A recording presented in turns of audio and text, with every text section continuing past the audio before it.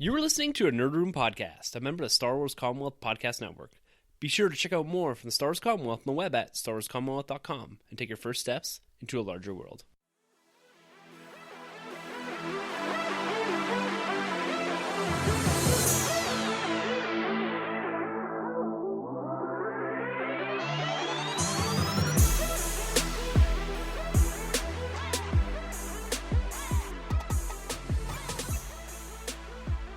Hey everyone, and welcome to the Nerd Room. We talk all things Star Wars, Marvel, and DC. This is episode number 155. We're discussing the Avengers Endgame Super Bowl teaser, The Batman, and Star Wars books reveals. I'm one of your hosts, Tim. I'm Troy. And we are without our main man, Sanjay. I do miss that high-pitched introduction.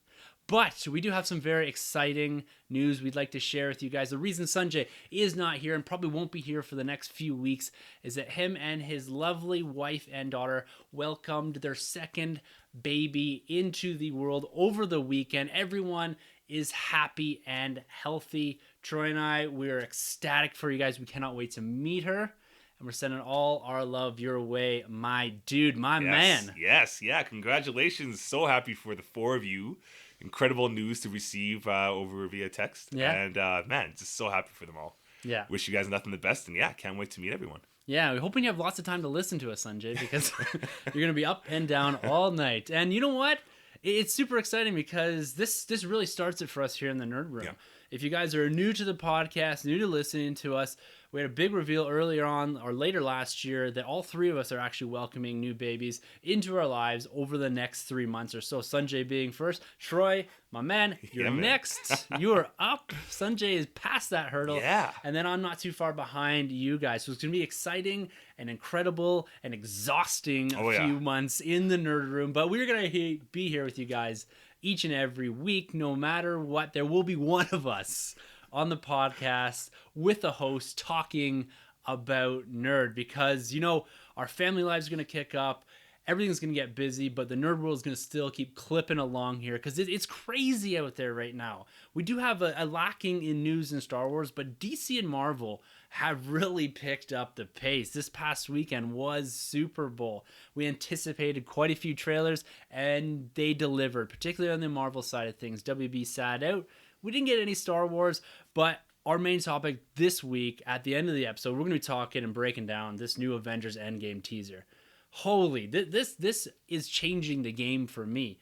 This hit me like a ton of bricks. I'm loving these teases. I can't wait to break this down a little bit. Oh, it's fantastic. Can't wait to dive in. Yeah, it's going to be awesome. And Warner Brothers was at it as well. They were very quiet for quite some time last year. But with the success of Aquaman and coming on to the heels of Shazam, as well as the Joker, Wonder Woman 84, they're starting to lay out what their slate looks like. And they laid down, actually, some release dates for future films, including The Batman and The Suicide Squad, and attaching a former Marvel director to that. And Star Wars, yes, they weren't present at the Super Bowl. We haven't got a title or a teaser trailer yet, but they are making waves with regards to their books and comics. We've seen a lot of releases over the past couple weeks and reveals of what's coming next for tie-ins, for post-Return of the Jedi books, for even into the Disney parks, Galaxy's Edge. There's tie-in comics, so lots of crossovers going on. We're going to break all of this down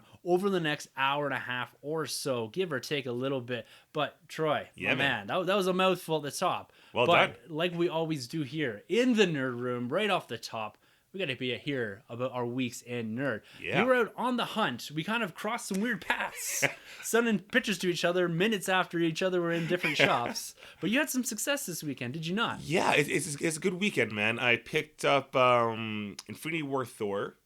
Yes. Which is cool. And I actually, when I picked this figure up, I came home and I realized I actually have a lot of Thor lore, more than I actually thought so. Like I think Thor is like my highest Marvel legend next to like Spider-Man, which is just crazy for some reason. But anyways, I picked up that guy. It's a pretty good buck.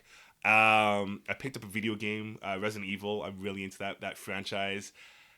Picked up the that Republic line going on right now in the comics. The Star Wars Age of Republic? It's good. It did. It is cool. What did you how pick far up? are you in it right now? I'm up to Jango Fett. I have the special upstairs. I haven't read it yet. That's the one I picked up. Okay. I skipped out on Jango Fett. Is it good? It's good, man. It's all Jango Fett, eh? Yeah, it's all Jango Fett. It's a really cool story. I picked it up being like, I want to get into this, but I'm not super excited about this. I read it. It's the best one they've put out yet. Seriously, it's better than the Obi-Wan and the... Yeah, my favorite's Obi-Wan right now. Yeah, I'm gonna have to pick up the Jango then. Obi-Wan's good. Qui-Gon is pretty good. It's too. Okay. Yeah, that's the first one to start it off though. And it's Qui-Gon's a hard one because it teases you a lot of that kind of grayish Jedi or the Jedi leaning a little bit of a different direction. Maybe what Jedi's supposed to be. Yeah. And it asked for more, I think. Like, I think a 5-issue Qui-Gon miniseries would suit that character better. Jango Fett, one shot, great though. Yeah, see, because that's the thing I'm struggling with Qui-Gon is I feel like there's so much there, but there's like a lid on it. It's kind of like that Empire timeline between Empire and Jedi. There's so much story to tell, but they can't yet. Yeah. Jango I'm going to check out for sure. The special's pretty good. Is it? I'm a big fan of the Ventress because there's a bunch of different story arcs in there. So that's pretty cool. And I picked up, shout out to Grabs, I'm going down the Ant-Man path. My first Scott Lang Marvel Legend ever. And Yellow Jacket. It's the dual pack. Yeah. You know, I thought I was done with the 10th anniversary, but when you see them pop up for like a really cheap price. Yeah, you got them for the less than 35. 29 bucks, which is the price of one. If I see that, I'm grabbing it. Have to. Yeah. Have to. So yeah, I can't go wrong there. I'm keeping my eyes open for the Cap. I love the Cap one a lot with Bone. It's from Civil War, Civil War. Yeah, with Crossbones. I want to say Bonesaw. Bonesaw. Yeah. That's funny. And that's been my week in nerd, man. It hasn't been too bad. I keep saying I'm trying to cut down on these Marvel Legends, but you know, you just keep seeing these things out there. The articulation's great, in box, out of box, whatever you want to do, they're great. Fantastic. Yeah, I agree, man. If I'm seeing these, and I think we should see these Marvel 10th anniversary things start to drop off. Yeah. I was out at a Walmart this weekend. This is one of the places where we cross paths. I ran into your wife and kid, but not you. But there's the Iron Man 1 stacked deep. $69? Yeah, $69. Yeah. So that's got to go down. If that goes down to 29, that's a for sure purchase for me. Sure. I've wanted that from the beginning, but I agree with you. The head on the Iron Man Mark 1 is a bit too small. Right. Yeah. But I'm okay with that. I think that's something I would probably open. The ones I've got here, I'm going to keep in box. Right. But if you do grab the Ant-Man, there's and even the Thor. You got the Thor 3. I've got the Thor one. The Thor one's dope. Thor 2, yeah. Yeah, Thor 2 with Lady Sith. Yeah. Love that one. Yeah. That one's a good pickup. And you know, I forgot to mention, I picked up Bespin Leia, which is pretty cool because now I got the Bespin Leia and the Bespin Han. So, nice. You know, beauty. You man. Had a big week in collecting because for me, collecting's been pretty slow. Mm-hmm. I did see the Resistance figures. So there's I don't know if they're 5-point articulation or not, but they're only $9.99. What line are these ones? Are they like? It's a 3 3/4 inch. Oh, okay, cool. Yeah. So I don't watch the show Resistance at all. That's what it's called, right? Yeah. Yeah. I was like, am I saying that right? No. And the colors, it looks great, but I'm just not into the show. I'm not going to grab these figures. Mm-hmm. But listening over to Tumbling Saber, Chopper did pick some of those up, but he also got his hands on the Archive series. I heard. Yes. Oh. So it looks like he picked up Bosk IG-88 and I believe Boba Fett. Ooh. Leaving the X-Wing Luke on the pegs, which is a bit of a shock if you listen to Tumbling Saber. There's a history there with that figure and Chopper. But I haven't seen those in the wild yet. No. And I'm not going to get into this series because I do have all these figures from the original line. Are you going to be jumping into these, like, getting back into the Black Series in a bigger way with these Archive series? Yeah, hard. Well, you know what? For me, I've never been actually a big bounty hunter person, and thanks to you, I got the original Boba Fett, which is I look at that thing like every day. But I'm probably gonna skip out on everything else except Luke. Yeah, I'm definitely gonna get X-Wing Luke. I know I might get the Boba Fett just to take him out of packaging because it's an awesome figure. Yeah, it is. I have not touched it to bring it out of the box. I never will. But if I got my hands on the Archive one, I totally would take him out and pose it up. Yeah. Well, I think that X-Wing Luke, they've resculpted the faces with these, so these may be good because you customize. Yeah. So that Luke face may give you a bit more freedom with some of your customization as well. Well, yeah, because I figured with that face, I could throw him on the Farm Boy Luke. Yeah. I actually already did because the thing is with the X-Wing Luke, it's the same face on the Stormtrooper Luke, I believe. So I had that Stormtrooper Luke already, and I face swapped it with the Farm Boy Luke. But with the face looking better on this one, obviously with the Archive, I want to get like 2 of those. Yeah. And do it up. Yeah. We'll see. Nice. Yeah, nice. Man. Yeah. Are you gonna pass on these then completely? Yeah, I think completely. Yeah. We'll see. The problem is, and we expressed this when they first announced this, is that it's a really cool idea if you're an out of box collector. Yeah. Inbox collector, you want that original packaging. Yes. And the inability to get my hands on something that will fit into that as an inbox collector just doesn't work for me. No. So when the Anakin comes out, I know you're going to be picking that up. Yeah. But for me, that's one of the ones I'm missing in the orange cardbacks in the original Black Series run. It doesn't do a lot for me. Right. But I understand what they're doing and I appreciate what they're doing. For sure. For people to get their hands on those figures for retail price, you go online, some of those figures are $100+ now. It's crazy. And you just can't, it's not sustainable collecting No. to be buying from scalpers and all that and taking the price hikes. So it's a kind of a cool way to curb a bit of that. Yeah. But it just doesn't exactly fit what I want to do with my collection. But I'm really supportive of it. I think it's a good idea. For sure. I'm surprised they didn't go the route of like at least recreating the boxes. It'd be kind of cool. Especially with like the Kinner lines that they kind of did. They tried to replicate it. So exactly. you figured they would do as much as replicating the orange and blues, or I guess just the orange. Yeah. Right? Yeah. Well, and there's maybe a two-pronged approach here. Is that it's giving collectors those, but you're also getting probably repeat buys from people that collect every line. That's probably not a substantial portion of collectors or people that are buying these. Yeah. But it's kind of an interesting approach. That's true. We'll wait and see. I'll see how they look. I haven't held it in hand. Yeah. So I'm not convinced yet on the packaging even until I see that physically, but who knows, maybe I'll see it and just be like, all right, here we go down another rabbit hole. No, but the rest of my week has been mostly consumed by comic book reading. I spent a lot of time trying to pick up, and I've expressed it here on the podcast, that Infinity Wars line from this past year. I fell behind about 6 months and I couldn't get my hands on all this. I finally managed to get my hands on everything. Nice. And I finally sat down and read the whole thing this week. Nice. I really enjoyed it. Awesome. It's a great mini series, and it's leading into new things that I'm trying to get my hands on. There's a new Guardians of the Galaxy. I can't find it anywhere. I've been to like 4 comic shops in the city, sold out everywhere. Because it's a new team. It's bigger. New team, different team, and it deals with the fallout of Infinity Wars, which is really cool. So there's missing members and all this. Go back and read all that. It's really great stuff, and the event did what it's supposed to do. It got me into this arc, and it's got me wanting to read other things like the Wolverine Infinity Watch is coming up. It leads kind of in a roundabout way into this War of Realms that's coming. That's what I'm interested in. Yeah, next big crossover from the Thor world. Jason Aaron's doing all that. So it does a really good job of engaging you, but also getting me excited for what's to come. So my pull list is getting bigger and bigger again because I'm back and excited about comics. So the Cap book, issue number 7 or 8 just came out. Cool. It continues the pace that I'm loving, and the story that they're pulling out there is fantastic. And the other thing that I was doing a little exploring on this week was bags and boards. Nice. So I fallen a little bit behind, and I turned to actually ordering off of Amazon. I generally don't do this. I like to go to the local comic book shops, but I just hadn't had the time. My books are sitting here without boards and bags. So there's 2 different kinds you can get. There's Ultra Pro and there's BCW. And I couldn't remember what I had bought in the past, so I did a bit of research, and I ended up buying the BCW.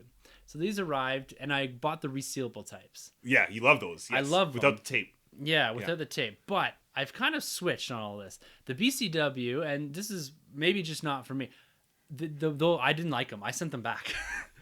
They didn't fit the books right. No way. Were the cards too big? The boards? The bags were too small. So I put the board in, and then the comic, I had to really, I ended up not putting it in because I had to almost force it. Yeah, it warped it a bit. Yeah. So I was like, enough of this. I packaged them up, sent them back, and ordered a pack of Ultra Pro. But I actually went back to the original bags, not the resealable, because they're a third of the price. It was $7 or $8 for 100 pack of bags of just the normal, and they're $21 for 100 pack of the resealable. Oh, that's crazy. Yeah, and they're hard to find. I did go to local comic book shops to check them out, including Alpha Comics. Went and saw Chris there, but they didn't carry them, the ones I wanted. Yeah, because see, Chris used to carry those resealable ones. I think I don't think he does anymore because that's the first time I came across and they were great. Not paying attention to the price, and then they just kind of disappeared. Yeah. But now hearing the price point, thank goodness, that's crazy. Too much. Yeah, 3 times the normal cost. So you get 300 of these, and you just have to put the tape on. Yeah, you know what? The resealable is a cool idea, and I like it because there's no risk at sticking your comics. Yeah. And it's easier, but at the same time, for the price, and how often do I reopen comic books? Because I put them all digitally. Exactly. So it doesn't really matter. Yeah. So that's kind of my cautionary tale on bags and boards. No, it's been an exciting week in Nerd. every week is different, which I like. Yes. There's not a huge amount of consistency in what I'm doing with regards to collecting or comic book reading, but I'm getting a nice spread of everything, even some TV watching in there. Yeah. So, any more Titans going on or what? No, I haven't gotten back into Titans. Almost zero time. Yeah. I did rewatch The Last Jedi though. Okay. Yeah. Okay. I've heard a lot of people going back to Last Jedi and picking up on some certain things. So yeah, you know what? Some of the standard issues that I had are still there. Yeah. But I enjoy the film. Like it's not a bad film. Yeah. It's a good film. Oh, There's just some direction I don't agree with. Visually so good too. It's stunning. The red pops that they do. The throne room scene. Yeah. It's all really good stuff. It's good. Cinematography is like top notch. Yeah, it's fantastic. It's a beautifully made film. Yeah, and there's some real great Star Wars in there. Yeah, and it's okay if some of it's not for you or for me or whatever. That's just the way it is. It's some Marvel stuff just doesn't work for me. That's true, and that's okay. So we'll see how Episode 9 rolls out and works into this, but. It's got to be my probably 8th viewing at this point, but I just sat down and watched it, and you're right, it's visually stunning. It's one of the top out there. Yeah, it's really well done. Yeah. You got Rogue One's up there. It is. It's so good, but yeah, I did enjoy it. I have to say. So yeah, it was an interesting take on things, but yeah. Getting into the crazy week in nerd, this is truly going to be a Star Wars, Marvel, and DC episode because we got big news reveals from every franchise this week. Now, sticking with DC first, the Batman. Yeah. So this past week, Deadline reported that DC's The Batman finally has a slated theatrical release date, and that being June 25th, 2021. So over 2 years away before we're going to see the Batman return to the big screen. Now, we knew Matt Reeves was attached to write and direct this. That has been further confirmed. And the other thing that was also confirmed was the departure of one Ben Affleck. We've seen him take on that role for the past few years in big outings, including Batman vs. Superman, Justice League. He did have a cameo in the first Suicide Squad film. It's something that I think we can universally agree that Ben Affleck was a good Batman. Yeah. He's a good Bruce Wayne. He had some pretty epic scenes. He did take somewhat of a beating online, myself included at certain times with the movies, but I've always been very supportive of Ben Affleck in this role. But he seemingly confirmed his departure as Deadline Hollywood did tweet out that the Batman to fly into summer 2021, Ben Affleck passes the torch to the next generation of Bruce Wayne. Ben Affleck did retweet this and say, excited for the Batman summer 2021 and to see Matt Reeves' vision come to life. So confirming that he was indeed passing on to the next generation of Batman. Now, Matt Reeves subsequently published in the Hollywood Reporter that his story, it will focus very much from the point of view of a noir Batman tale. Yes. It's told very squarely on his shoulders, and this is again Matt Reeves talking, and I hope it's going to be a story that will be thrilling but also emotional. Reeves also revealed Batman will be more in his detective mode than we've seen him in past films. Nice. So, being a reader of Batman, we're both fans of Batman. Unfortunately, we don't have Sanjay's opinion here because we both know he'd be yelling and screaming about this. But what are your thoughts on the baton being passed and this reveal about what potentially the story is going to be about? Well, I'm excited. It's a little bit of a taste that's similar to Andrew Garfield's departure with Amazing Spider-Man. Yeah. Well casted, but the franchise was poorly executed in a sense, and they just didn't quite get that iconic performance that we all wanted. Even though Ben Affleck did kill it. He is my favorite Bruce. He's my favorite Batman. But, I mean, I think as a general audience, we're all kind of prepared for this. Because we heard about this like 2 years ago. Yeah, this has been in and out of, I'm in, I'm effing in, this, that, Yeah, and I wasn't a believer of his Comic-Con kind of recovery little speech there. I was like, nah, he's out. But on a side note, though, it is kind of cool to know that, okay, we're finally moving forward. It's a definitive answer that we do know he's out. Yeah. Maybe he'll still do the whole flashback thing. I highly doubt it, though. We already talked about it off air. He is like producer still, but that could just be to, give some kind of credit. Yeah. In name only. But I'm excited, man. I think we're definitely getting a younger Batman, obviously. I'm excited for that noir detective kind of story because we've all been wanting this probably since the Christopher Nolan era. We've been wanting that detective Batman. And I'm just excited to see who they're going to cast, to play the new Batman. This is gonna be great. And where is this gonna take place in this whole DCEU? Is it gonna be? It would make sense if you just did a flashback. It'd be cool. It would be cool because the thing is like nobody cares for a Justice League film at this point. Aquaman's doing great by himself. Wonder Woman's doing great by herself. We don't need Batman to be in the future. We don't need a Ben Affleck Batman at that age. We could just go back and cast young and have 4, 5, 6 great films. You can approach it the same way that they've done with Wonder Woman, right? Yeah. They just come back in time and told stories outside of that. So you don't have to worry about retconning anything at this point in time. Yeah. Like you look at what they set up in Dawn of Justice, Batman vs. Superman, the burning down of Wayne Manor, the Penguin's presence, all this, right? So there's a lot that they could do here. We haven't seen a modernized Riddler, really. No. On screen. Modernized Penguin, even. Yes, we did see it in Batman Returns and Batman Forever and all that. But when I say modernized, I mean really post the Dark Knight, Christopher Nolan series, right? So there's a lot of space to use certain characters. There's the Court of Owls series or books that they could do. Yeah. So there's a lot of space to explore, and I agree with you. They need to just cast a younger Batman, go back in time. You don't have to worry about anything post Justice League at this point in time. You know, Aquaman's filling in that space. Yeah. It's okay to leave that alone for a little bit and come back to it a little later. Yeah, for sure. But there's a lot that they can still explore without having to worry about the timeline and doing this. They can retcon it later. Yeah. They can have, and I'm a big fan of things when you recast and all that, to call it out in the film. Damn, Bruce, you look different than the last time I saw you.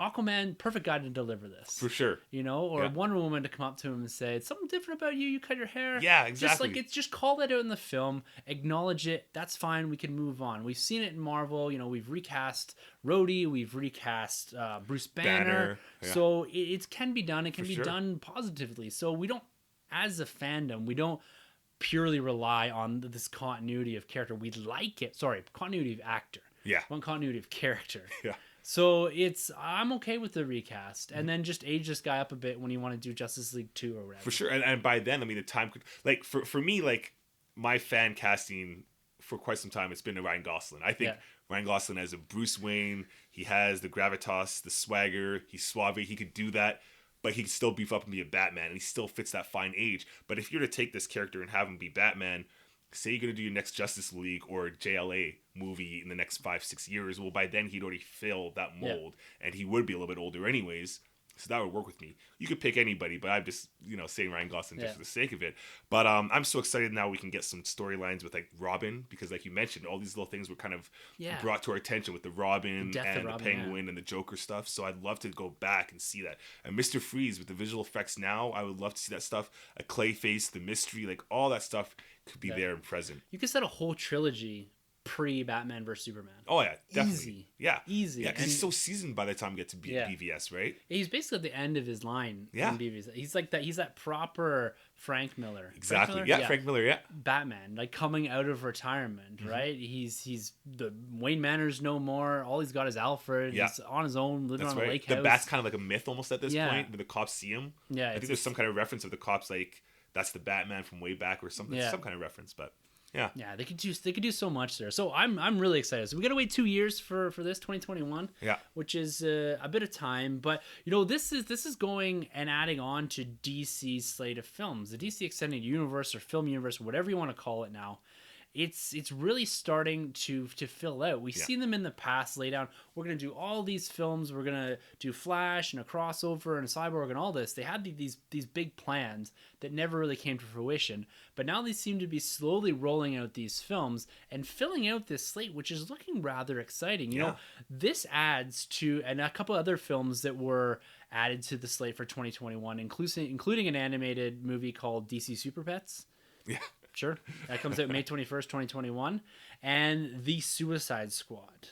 So we will get to that discussion just here in a second. But those three films all coming out in 2021. The Suicide Squad being August 6th, 2021. Which, coincidentally enough, is also the same time frame that the first Guardians took place in. And this is going to be helmed by one James Gunn. That's crazy. Yeah, wow. So interesting enough. But this also confirms up and solidifies the slate, right? Where this year we have... Shazam coming out April 5th. Yeah. Joker October 4th. Next year we have Birds of Prey February 7th and Wonder Woman 84 June 5th. The following year we have, at least in this live action, we have the Batman as well as the Suicide Squad. So it's really starting to look good. DC is making waves. They've really taken advantage of the success of Aquaman and rolled out the slate very subtly too. Yeah. But we know all these films are happening because we know Birds of Prey is filming, Joker's probably done filming, Wonder Woman's done filming. This is starting to look like a really solid universe. And now with the addition of the Suicide Squad with James Gunn taking the reins both as writer and director. Yeah. Pretty interesting. It looks like they're going to recast most people. I'm assuming with the exception of Margot Robbie's Harley Quinn. Yeah. And potentially Will Smith's Deadshot. Right. Those seem to be the ones he could contain. I like the idea that changing it to the Suicide Squad. Maybe retconning a few things, putting that other one to the side a little bit. What are your thoughts on this? James Gunn, the Suicide Squad, the whole slate of things? I'm excited. I got to give it up to DC because, with like Marvel having a little bit of downtime during this kind of period after, this is a prime time for these guys to rise and really get back to where they should be. But back to the Suicide Squad, I love this news. This is the most excited I've ever been for this property, this franchise. You have James Gunn writing and directing. Now, I know when they broke the news that he was writing, I think we all kind of speculated at the table that he's most likely going to direct. Yeah. So on board with it. I think this is pretty cool. This could be obviously very Guardians-like, but even more juicier and more gritty at the same time. I hope Margot Robbie stays. I really do hope they get rid of Will Smith, though. I actually wasn't the biggest fan of him in Suicide Squad. I don't want it to be a Will Smith movie featuring. Yeah, he played too much of the gold-hearted anti-hero, I think, for that film. film. Yeah, they tried to make him a little too good. Yeah. I want like a proper Deadshot, or not even Deadshot at all. I would like to see like a Deathstroke in there, a Black Manta in there, and Shazam's bad guy. How Black Adam. And Black Adam. Like I like to see like a super Suicide Squad. And I actually wish they could kind of change the name. Like I'm not the biggest fan of the Suicide Squad. I wouldn't mind like an all new Suicide Squad or whatever, because it's like a reboot, like a soft reboot they mentioned, but still keeping it contained in what they built from the first one. But all around, I'm super excited. The biggest news for me is this James Gunn. I'm really happy for him to get like another chance at building a franchise and really giving us a full-fledged, hopefully 3-movie arc story within this trilogy.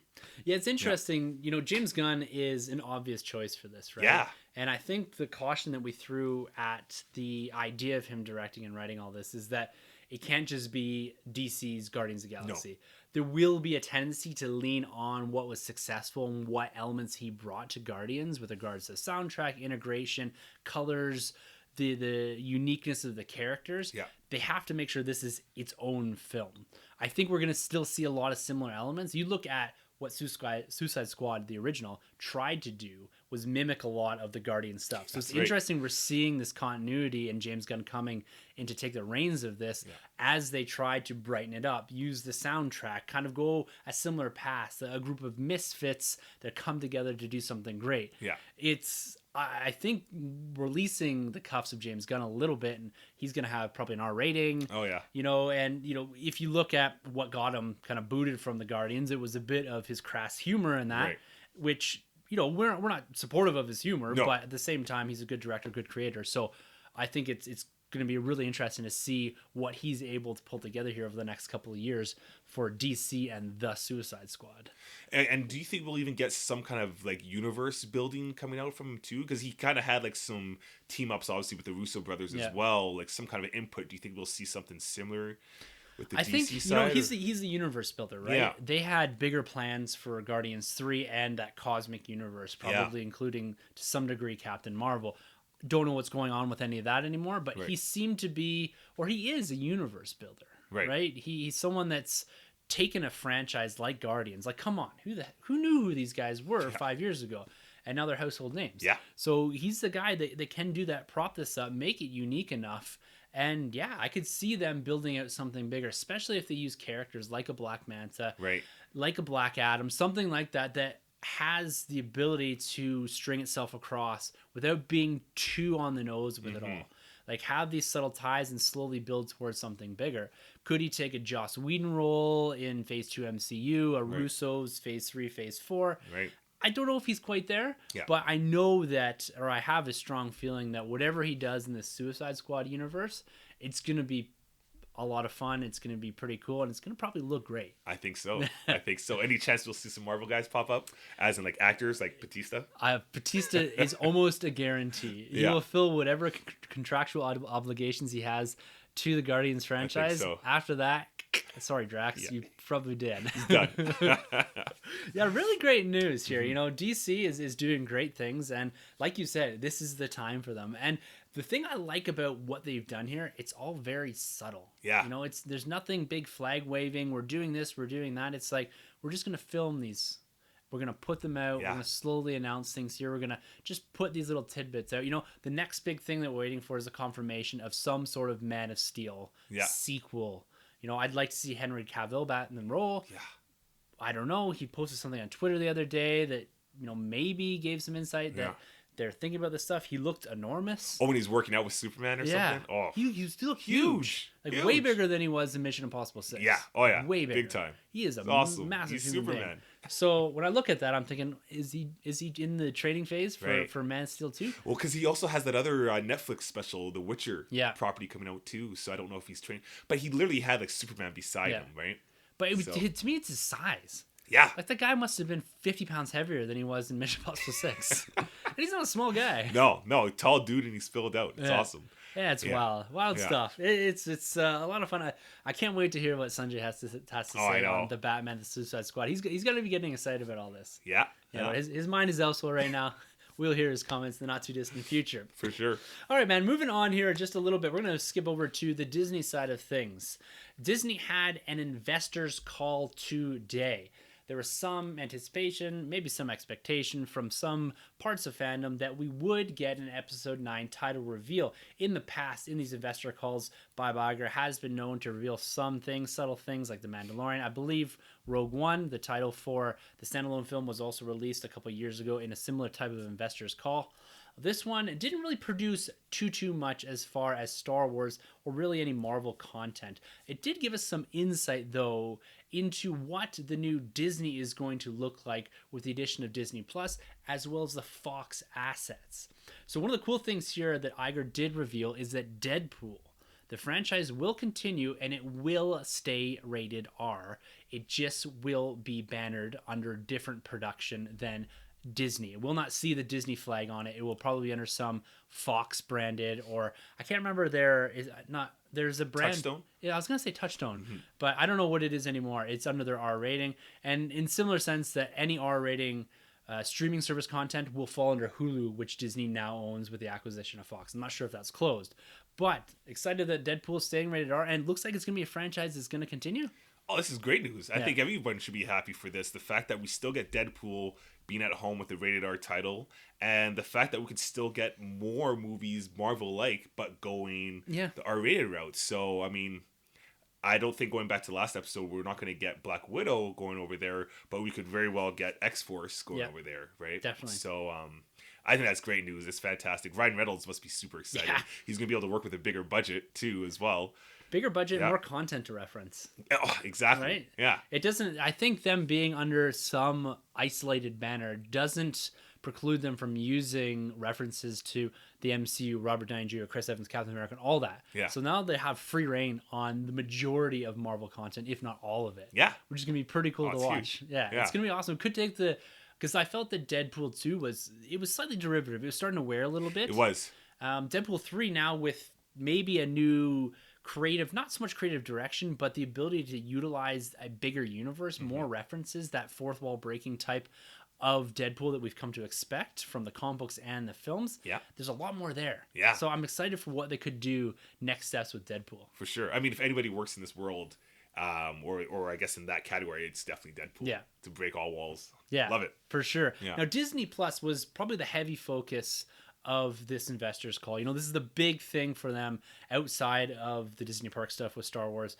and of course the big slate of films they got coming out, including Endgame and Episode 9. But all their focus will be primarily on launching this competitive service to Netflix. Now, they did provide a little bit of insight, and it looks like we're going to have to sit on this until probably the end of the year before we see any of this. It looks like they're maintaining this idea that it will be less than Netflix as far as cost. Nice. But one of the interesting things that Iger did talk about was that it's not going to be exclusively Disney content. Yes, we will see the Fox stuff fold under here because it's now under that banner. But they are talking about licensing content from other studios for the launch of Disney. So now this not only puts it as a direct competitor to Netflix in the sense that it's this big streaming service. But now you're talking about licensing other franchises, other films, and other studio properties in the same vein that they did for the Disney parks with Star Wars, Indiana Jones, Avatar, even before the big buyout of Fox and Lucasfilm and all that. So Netflix has got to be shaking a bit here, because if we're now looking that they're going to be pulling a lot of content away from Netflix, even if it's not directly off Netflix, it's taking it from even ever landing there or heading there. So Disney Plus looks pretty big. Any thoughts on what expectations you have for that? Or are you going to be for sure jumping into this? Yeah, I'm 100% on board. This is huge news for the Disney Plus service. I mean, the fact that, not only are they competing with Netflix as an original content head-to-head, they're also licensing, like you mentioned, other parties to be on there. That's massive. I don't know how Netflix is really going to be able to compete with this. Netflix has some really great original content, which is fine.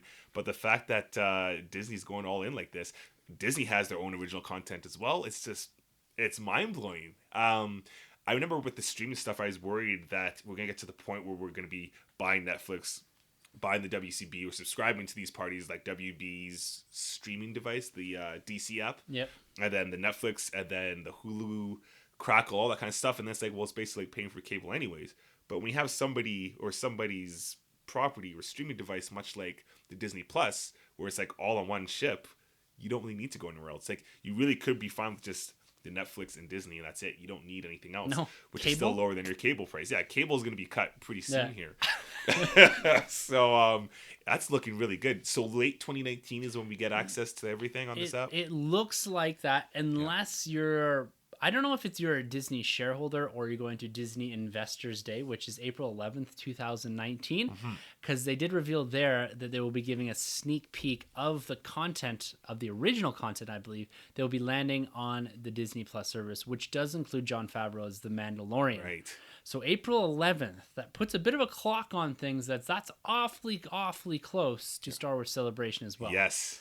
So I would hazard a guess that Star Wars Celebration is likely to be the first place that we do see footage, or at least maybe not the first place, but that week we'll be seeing footage from The Mandalorian. I think you guys will get a full episode. Yeah. For sure. Because, I mean, every celebration they'd give us an episode of Rebels, yeah, right? Like months and months in advance. So I think you guys are either going to get a Clone Wars episode, or definitely Clone Wars episode. And a Mandalorian, which is something else. Incredible right there. Yeah. Oh, man. Wild Huge stuff.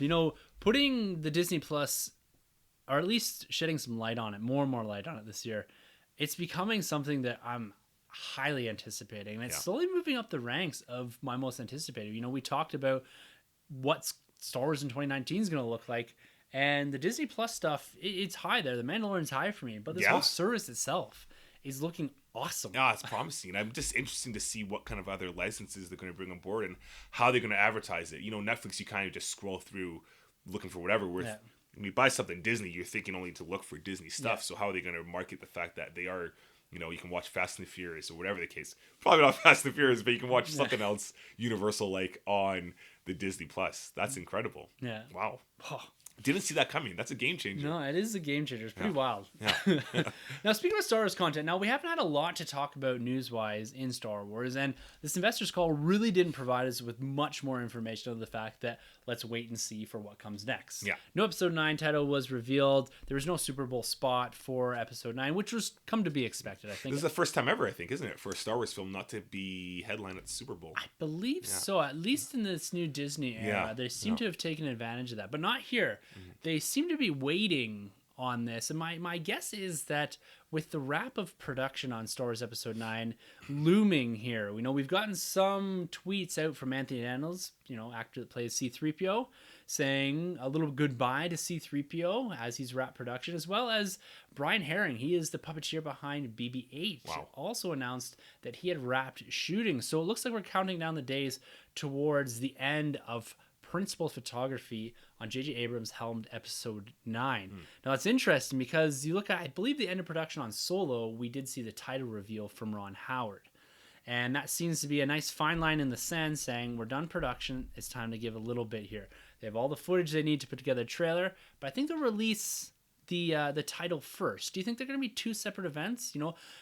Dissimilar from what Avengers Endgame did. They released the trailer and then the title was there. Right. Do you think we're going to see a similar treatment in the Star Wars universe with Episode 9? Or is it going to be J.J. Abrams doing, again, one of these Force for Change things, maybe revealing the title there, but also please go donate. Right. And then we'll get a trailer a week or two later, a celebration. What are your thoughts on how they're going to craft and release this so that it has the impact that it needs to have, but also kind of meet some of the timelines that we're seeing here with the wrapping and production and all that?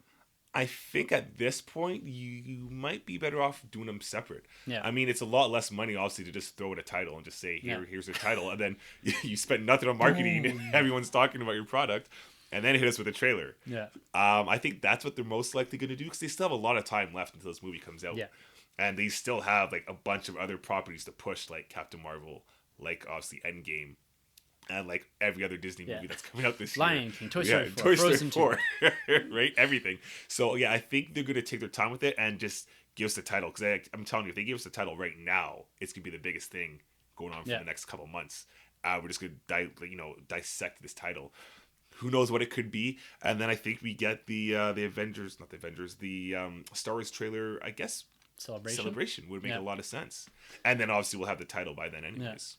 Yeah, they got to give a good marketing build because you look at the performance of Solo, domestically at least, internationally, and you can attribute some of that to really the lack of marketing. Yeah. There wasn't a ton of marketing. It's backwards. The trailers came late, the reveals came late, and some of that had to do with the production time and all that. There are bigger, I think, things that work behind all of that. But they have to give this nice lead time. We're looking at Avengers. We're 6 months out from that, or less than 6 months out from that. And we're starting to get a real ramp up of production there. They have to be careful, I think, with how they do all this and that giving enough breathing room, like you mentioned, from all the other titles that they're releasing here so that Star Wars can have its time. Yeah. This has been probably the driest the news has been. It's been months since we've had a Star Wars focused episode here. Yeah. But it's just because we haven't had the news content to focus in on. Right? That to give us an anchor part of one of our episodes. I think I look back, I think it was August. Yeah. The last time we had a Star Wars anchored episode. And that's just goes to what and how close Lucasfilm was holding all their cards to the chest with the fallout from The Last Jedi, from Solo, from what their next steps are. Yeah. It's been unprecedented, at least in this Disney era of Star Wars, at least, or even in this era of film production, to have zero set leaks, really. We had a few of those ones on the hill. With Finn and Poe and that. But outside of that, we have not seen a thing. I don't think we've seen a set photo of Rey. No, we have no idea what the look is for her. Yeah. To put it in perspective, it's been so dry with Star Wars news that the biggest thing we've had coming out of December was, shout out to Star Wars Theory, was his fan-made film. Yeah. That was like the biggest talk of Star Wars for like the last 2 months, and everything else that happened with it. Other than that, actual Star Wars movie, George Lucas or Lucasfilm proper, we've had nothing. No figures. You mentioned the archive line a little bit, but actual movie Star Wars core news, nothing. No, nothing. Yeah. And that comes in actually the first big bit of news that we've gotten from Star Wars, from that universe in months, has been the books and comics. Now, we mentioned at the top of the episode that there's this ongoing Age of series, Age of Republic, Rebellion, and all that, that we're going to be seeing as 30-issue maxi series. We're going to be seeing this well into the summer and all that. The Vader series ended, the Poe series ended, so we're seeing a real, not slowdown in the Marvel comics, but relative to what we've had in the past, there's a gap in the content, and some of that has been filled over the last few weeks by both Del Rey, Lucasfilm Publishing, and Marvel Comics. Now, there's some really cool stuff here. They're doing a lot of, multimedia, big umbrella type of crossovers where they're taking the first one here they announced. There's a Marvel and Del Rey crossover, so crossing over comic books and written books. Alphabet Squadron. Now, this was announced, I believe, a couple months ago, and this is by author Alexander Freed. Now, this is the Alphabet Squadron is a nice play on the X-Wing, B-Wing, A-Wing, all this, the different squadron types, and it looks like it's going to be an amalgamation of a squadron filled up of individual ships like A-Wings, B-Wings, all this, and it's going to be set post Return of the Jedi, and it's going to be focusing around this crew following the fallout of the fall of the Empire and all that, and these new Republic pilots that have transformed from the hunted to the hunters of the remaining cells that are still existing within the universe. And going with that and tying into that is a miniseries by Marvel Comics called Star Wars TIE Fighters. Now, this is going to be following a squadron of TIE fighter pods known as Shadow Wing, and they have been assembled to protect Imperial interests. So these remaining cells have this elite squad of TIE fighters. They released the first image. It's all happening after Return of the Jedi. Mm-hmm. I'm pretty excited about this. I'm definitely going to be picking up the comic books. Yeah. Star Wars TIE Fighters. The Alphabet Squadron, it was announced to be a trilogy, so it's a big, long-spanning... like the Aftermath kind of exactly, thing. Very big series of books. It's going to be interesting to see how they tie into Aftermath, what they're doing, because Aftermath loosely ties around the original trilogy characters. Not a huge amount of insight as to what Luke was doing. There's some focus on Han Solo there. Ben, I think, a little bit. Yeah, with Ben Lando. gets a little... you find it, I think, that she's pregnant in that. Right, because there's the Uncle Lando reference, right? Or with Ben and... I believe so. Yes, is he? I can't remember. No, because Bloodlines he's off with Luke. Yeah. Bloodlines is out. Yeah. It's been a while since I revisited some of that, but anything after Return of the Jedi, that space, I'm excited for. For sure. This may be an avenue back into books for me. Audio. There you go. That's huge. Yeah. That's huge. You've taken some time off. I have taken about a year off from audiobooks. So all this kicks up in April. That's when the Star Wars TIE Fighter does start to drop, so only a couple of months away. And I believe it's later on, potentially in the summer or spring, I can't remember, that this Alphabet Squadron does drop. So I might be wrong on that. I'll have to double check that, but it looks exciting. This is the first big multimedia crossover that's actually been acknowledged as a crossover. We've always had the build into the films. We've seen some references between the comics and Rebels and little tiny bit in the films. But I like this approach. I think it's a great idea, what they're doing here, integrating both the novelizations and the comic films. That is pretty cool. Yeah. That's not bad. I think I'm with you. I'm going to skip on the novels, though, just because it seems like a big time commitment, and I'm more of a Force guy than than ships and the wars. So I'm probably gonna stick to the Shadow Wing. Yeah, is that what it was? The Shadow Wing. It's Star Wars TIE Fighter, but the Shadow Wing is the squadron. Right. It sounds like a GI Joe kind of like the Cobra Wing or something. But I'm gonna check out the TIE Fighters for sure. I'm a big fan of just reading through the comics. I like that. Even picking that up in trade would be pretty cool too. Yeah, it'd be pretty cool. And adding to that idea of big multimedia crossover events, Galaxy's Edge. Now, this is the Disney park that will be opening in spring and summer of this year. I'm pretty excited. Me and the family, we are in the process of booking a 2020 Disney cruise for our whole family, like my whole mom's side of the family. Wow. Mom and dad's side of the family. Well, I guess my mom's side, brothers and sisters and all that. Yeah. And then we're going to supplement that with a trip to Disney World as well. So we're going to do like a kind of I think it's a 4-day cruise, Disney cruise down in the kind of Bahamas area. Yeah, man. And then we're going to go to Disney World. And this is going to be the time when I go to Galaxy's Edge. Also, it's at Disney World too, Galaxy's Edge? both. It's at both parks? Yeah. Oh, yeah, I can't remember the order, but one opens in spring and one opens the summer of this year. So that's going to be my opportunity. 2020 is when I'm going to be going to Galaxy's Edge. Nice. And to prepare for that, they've got all of these tie-in books and comics. They're going to be focusing on different elements. I'm assuming it's going to be in reference to a particular ride or individuals in this immersive experience that they're promising at Galaxy's Edge. So it looks like there's going to be a comic book. Marvel's Star Wars Galaxy's Edge miniseries. This drops on April 24th, 2019. It's going to be following an alien that's a proprietor of a rare one-of-a-kind antiquity shop. So a bit weird. We'll see how that turns out, but I think it's going to be kind of a cool thing, introducing you to a new character that's probably going to be present in some fashion, maybe even in the gift shop. Great. Cool. Delilah S. Dawson, so writer of A Perfect Weapon and Phasma, is writing a book that'll be published by Del Rey called Black Spire. So it's a prequel as pitched by as pitched by the synopsis here to the Disney Park experience, where General Leia Organa dispatches her top spy to Batuu, which is the world that we'll be in at Galaxy's Edge, in a desperate search for Resistance allies. So this looks like it's probably going to be one of the rides. Yeah. Yeah. Cool. Pretty cool. General Leia. Yeah. Oh, man. And there's 2 other young reader adaptation types, middle grade novel they're calling them. One's called Star Wars Myths and Fables, and then it's called A Crash of Fate. So I'm not super into these ones, but again, it's about building out the lore around this Batu, this world we're going to be immersing ourselves in at some point in time. I think this is pretty cool that you kind of get a little bit of insight into a Disney park through novels, through Marvel comics. Right? Like there's lore behind all this. I love this approach. I think it's, it's kind of different that it's not going to be required weeding or anything like that. No. But I think it's cool.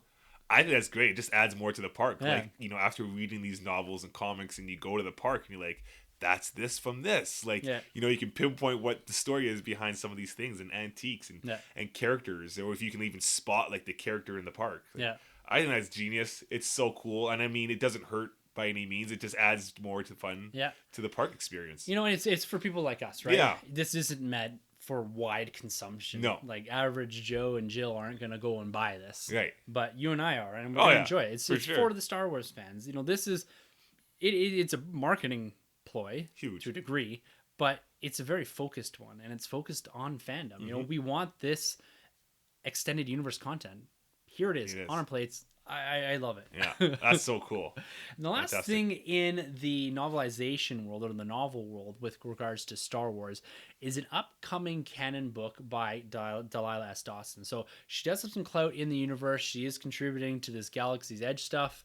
And she's also be publishing this new book. Now, this is going to be done by Disney Lucasfilm Press, so not Del Rey in particular. This will be released on September 3rd, 2019.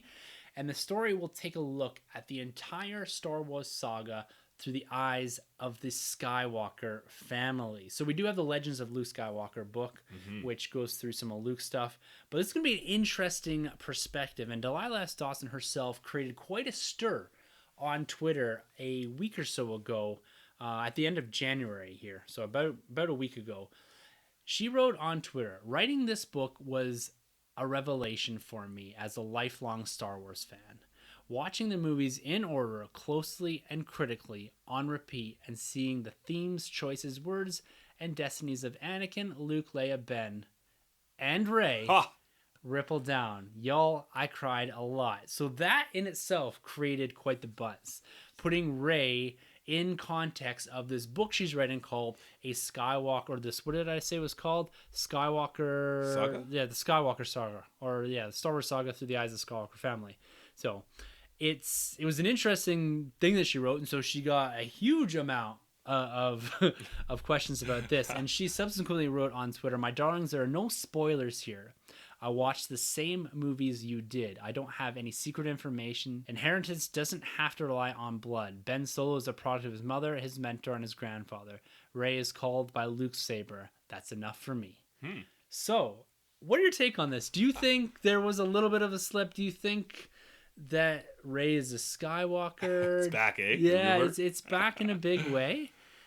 Like, what are you thinking of this book? Like, I know when we talked about this off air, you're pretty pumped about this. You're a huge Skywalker guy. Yeah. Give it to me. I'm all about the Skywalkers, all about Anakin, really, and Vader. But I think this is going to be so cool. Just the opportunity, what you can do with this novel, whether you want to go back and kind of retell what was going through the individual's minds during certain points. And when I think of that, I think of like the fantastic scene in Revenge of the Sith when Anakin is confronting the whole Jedi Council himself about his position of being master. He's not granted. And I remember one of the books during the Legend time, it really dives big into Anakin's thought process and all these feelings that are building up between him and Mace Windu at that time when Mace Windu tells him to have a seat, Skywalker. There's so much that goes on in that scene. It'd be really interesting to see if they'll even fill in that gaps and kind of add more weight to it for people that haven't experienced the Clone Wars to really kind of fall in love with Anakin all over again through this book. And that's just Anakin. There's so much you can do with Luke, Leia, and even Ben. Ben's time before he became Kylo Ren. I'd love to see all that kind of stuff. But the big kicker, obviously, is what she ends it off with Rey, with her lineage or her connection to the Skywalkers, which is really fascinating because, when you look at it, actually, like Anakin's lightsaber was really with Obi-Wan longer than Luke and Anakin's. It's almost really more so Obi-Wan's lightsaber being with him for 20 years on 18 Tatooine, years, 19, 20 years there. But that's a story for another time between Obi-Wan and Rey. I just want to see how they're going to tie this in. And it very well could be what she said. The lightsaber that was once Anakin's and Luke is now drawn to Rey's. But the bigger thing is that makes me wonder: are we going to get more explanation now on Rey going forward into the movie about going back to that scene in Force Awakens? Why does that saber call out to Rey? So there must be some more information coming our way with this episode 9. Yeah, that's what I'm right there with you. That's how I interpret all this. When she started talking about the saber, how it calls to her, it's providing maybe a bit more context to that scene in The Force Awakens. Yes, and I love the idea that, to me, the most excited I am about all this is Luke, Leia, and Ben. Yeah, and Rey a bit, but mostly those three post Return of the Jedi. Yeah, the insight we can get there. You know, how Luke maybe deteriorated into what he was in The Last Jedi. How Leia found her way into the Force. Right. You know, how Ben grew up a little bit. Right. So seeing from that perspective, I don't know how this is going to be laid out. I'm not quite sure on the length of all this, how it's going to be segregated. Is it one continuous arc, or is it 4 or 5 mini stories contained within a book? So yeah, there's a lot here. And if you look at this is coming out September 3rd, I believe. This is a journey to episode 9 title, right? Yeah. September 3rd. It's pretty closely aligned with what potentially could be Force Friday, you know, a couple weeks out from that. This is traditionally, when you look at The Last Jedi, The Force Awakens, when we're getting this content that has a tendency to lead a bit into this. Maybe provide just a tiny bit of insight. It's not going to give us any real revelations maybe that we want with regards to Rey or Luke. Or that's going to be left for the film and for the content coming out post episode 9. Yeah. But this could be our first taste as to what maybe we can expect with the Skywalker story coming to end in film. But that's just in that timeline, right? Yeah. We can always go back and explore all kinds of time. Right. All kinds of content through various types of media about the Skywalkers themselves. And this could really be a kickoff of that. Yeah, man. This is huge. I mean, we could flesh out a little bit of Kylo Ren, Ben, like, turning into Kylo, and how hard it was for Leia to give up maybe Ben going to Luke. Like, all that stuff. We got a touch of it in Bloodlines, but man, there's so much we can get into here. This is incredible news. Yeah, so Star Wars is the content they're filling out here in the absence of any big film or real TV news is looking really strong here. You know, we've both taken somewhat of our break. I know you've been keeping up a bit with the Thrawn stuff. Yeah. But I've taken a break from the books. I'm getting back into the comics in a big way. This again has got me excited. So I like this slow burn back into everything. You know, I've taken a big pause.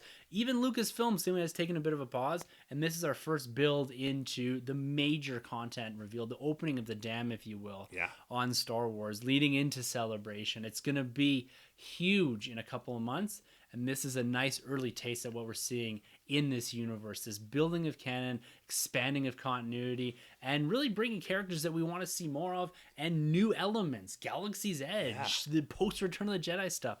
All fantastic content. Super stoked about Star Wars. You know, we're always talking about we're juggling in the air all these 3 franchises, and one's always at the peak, and as that one comes down, another ball goes up. So it's interesting that all 3 of these franchises are starting to build. DC, we've talked about it, they're starting to build.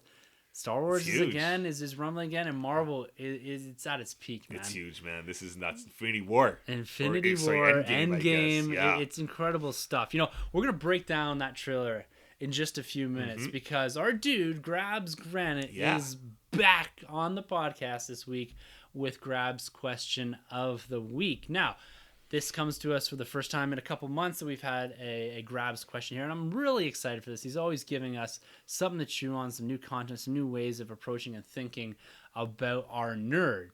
So, this week, he writes, the subject being creativity surplus. He messages to us. I've recently read the first volume of Fables by Bill Willingham. It completely blew me away. The creativity, the art, the tone, jumping from light to dark and back again. It was just brilliantly done. My questions for you this week are: which comics have exceeded your expectations when it comes to creativeness? Which stories have left you wondering, how didn't someone think of that before, now? And finally, what was the last comic, number 1 or trade volume, that you put down and immediately put other stuff on hold to read issue number 2 or volume number 2? Thanks in advance, Grabs. I'm a man. First of all, have you ever read Fable? No, Fables? It's funny. You know, you can always get at us with Twitter gang, and you know, Grabs and I were going back and forth. I think maybe the other day talking about Fables, and I thought it was a video game franchise that I used to play, but it is a comic book that he's talking about. But he knows me that I love seeing a character go from light to dark, and when I just heard you mention that there's light to dark in this, I'm sold. And he already told me about it, so I got to get my hands on Fables now. So I have not yet checked it out. Have you? No, never have. I have heard of it for sure, and I've heard nothing but good things from people that have read it. So it may be a trade pickup for me. Yeah. Grabbing those first 6 issues or so and just seeing how it turns out, because that's something that I haven't done as much. Ever since I've been reading comic books, I've been heavily focused on Marvel, and in particular that Avengers universe. Yeah. I haven't explored much into Spider-Man or X-Men or anything like that. It's very Cap Marvel, Cap and Avengers, right? And Avengers focus, right? It's that very close ties to that kind of Avengers brand. Yeah. And so I need to step out of that comfort zone a little bit, and even beyond Marvel or DC. It's tough though, eh? It's really tough because I'm trying, like, I'm a DC Marvel guy, but I'm there with you. Like, I hear all these good recommendations like Saga and Invincible and all that stuff, but I can't just get out there. I need to. So maybe Fables is the one. Yeah. Maybe we'll take a look at that. Yeah, interesting. All right. So breaking this question down a little bit, which comics have exceeded your expectations when it comes to creativeness? Get one top of mind here, or how about I'll throw one out and give you a second to think about this a little bit, because unfortunately, bad producer here. I didn't send out show notes before this episode. It's been crazy at work. All right, I'm gonna throw on the table Hickman's Avengers New Avengers run, and the reason I'm putting this out there, and this almost plays a bit into the second part of this question about how didn't someone think of this before. And you look at Avengers, they've been around since 1963. You know, what couldn't have been done in the past in some form or another? You look at Hickman's Avengers run. We're both huge fans of this. You know, we've been hammering on about this for years. But to me, he took a team that felt tired and reinvigorated them, added new elements to it while keeping the same, you know, tone and ideas behind what the Avengers were, and left the staples in there too with Cap and Iron Man, and just did something cosmically that was big, but also felt extremely personal. The art is fantastic in it. He was super creative with the way that he was able to take this huge long form piece of storytelling, one of the longest, I think, in modern comics. Well, I say modern comics, but in Marvel, I would say, because they continually reboot things. But this all led into Infinity and everything. Time runs out. And then we got into, what is it? Secret Avengers Wars? World? Or Secret Wars. Secret Wars, 2015 Secret Wars. Was the big cap to all this. So we saw this go on for several years of storytelling. Yeah. And it just felt new, it felt fresh, and it felt like a cool creative spin on a portion of the comic books that not had grown tired, but a lot of people felt aware of the Bendis era. It's a great era of Avengers. Like, I love it. Don't get me wrong. They did a lot of great stuff in there. But coming off the back of that, a lot of people were tired, right? You look at AVX, you look at Age of Ultron. Those events really, to me, wore on that Avengers title. Yeah. And then you jump into Hickman's run, and he was able to just blow this up again and make it matter and important. And in the Infinity event that he did in there that tied into all this, it's one of the best. I think it was 2013. Yeah. It was incredible. It is so cool, but still personal between Tony and Cap. Yes. You know, and you get the whole mind wipe going on with Cap, and he feels betrayed by his whole there's really a lot of good things they can do that they did do, and it's quite abstract, the storyline. It is. It's sometimes hard to follow because they've got the big horn guy. What was his name? Ex Milo, whatever. Ex Nihilo. Ex Nihilo. And then they had the weird robot guys and the children. Those weird children from the other planet. And there's that's when the Avengers got bigger. And the whole idea that was cool about it, and I think that, again, I keep saying creative because this isn't the question, but it was about doing things bigger, but personal storytelling, and that's hard to do. Very hard, And it was really well executed. Yeah, it was good. And I think the tricky thing with Hickman too is you always wonder as you're reading, because he kind of goes backwards. So as you're reading his books, you're like, where is he going with this? But you have to follow through because it all comes back. Everything does get answered. It just goes over your head at first. He writes with purpose. Yeah. For sure, which is well appreciated. That's a good one. Yeah, super creative. Well, hopping off of that, I'm gonna go with Secret Wars 2015. Yeah, because I think what they did with the world of Marvel in general, or the universe, was crazy. Like they threw it upside down. Not only did they give us this new world where Doctor Doom is now the leader, it has a touch of Game of Thrones scattered throughout this whole universe. But within this world, you also got different blocks where you had like the world of Hulks, and you have the Lone Wolf Cap Steve Rogers looking for Bucky. You have Civil War redone again in a different way. Civil War 2. It was so cool. You had... Do you remember the map? Yeah, there's a map, like the board. Yeah, that had all the different... It was like all the universes... Yeah. On a map in a world, battle world. Yeah, it was so cool. It was crazy. Everything was pieced together. Yeah. Old Man Logan came out of that again because his world was still like saved somehow. Yeah. Doctor Strange like betrayed them but didn't. Yeah. You know, it was cool Guardian stuff in there as well. Guardians 3000 was a part of that. Yeah. I think that's one of the only events where I actually picked up like every issue. I picked up a lot. I think you and me were both going back and forth like reading everything. So I loved what they did with Secret Wars. I just don't like what they did after Secret Wars. It finished well as an event. Yeah. But it didn't finish as far as the timeline goes with regards to what was releasing after. So it kind of effed up. It kind of got delayed a little bit, and we've talked about this in the past. And the releases got all screwed up. Yeah. And I attributed that a couple episodes ago to why I kind of got out of comics for a little bit. Not totally out, but why my reading went from a pull list of 20 comics down to a pull list of like 4. I'm slowly building back up towards it. Recovering, right? Yeah. All right, is there any comic book that left you thinking, how didn't someone think of this before? I'm trying to think in the context of, again, like I said, my reading has always been quite focused. Mm-hmm. But I look at something like Civil War. Right.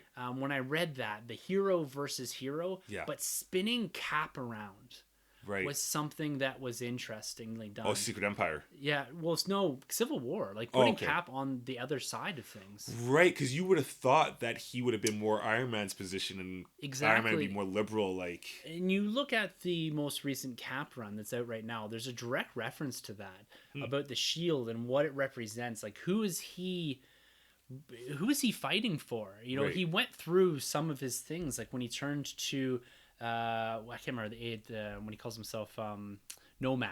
Oh, right. Yeah, and Secret Agent or something like that. I can't remember what it's called. Yeah. Secret. Yeah, I think it's Secret Agent. And I can't Black remember. Suit Captain America one, right? And then him going on, he makes a reference to this, the other side of the government. So Cap turning into the rebel, right? Which is done in Civil War and the films as well.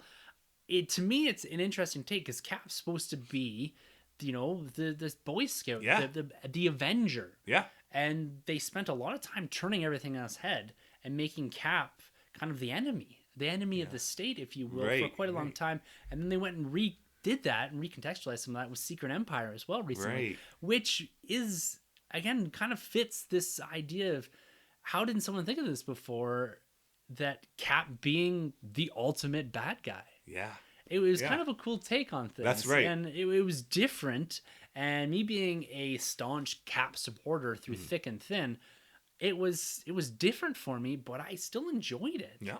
And it kind of got me thinking about that. Yeah, this makes sense maybe. You know, Cap being a bad guy. So both of those for me were a bit of standouts about turning Cap on his head, which, I haven't read everything from Cap, but for the most part, you see him as he's been portrayed for the last 60, 70 years, 75 years.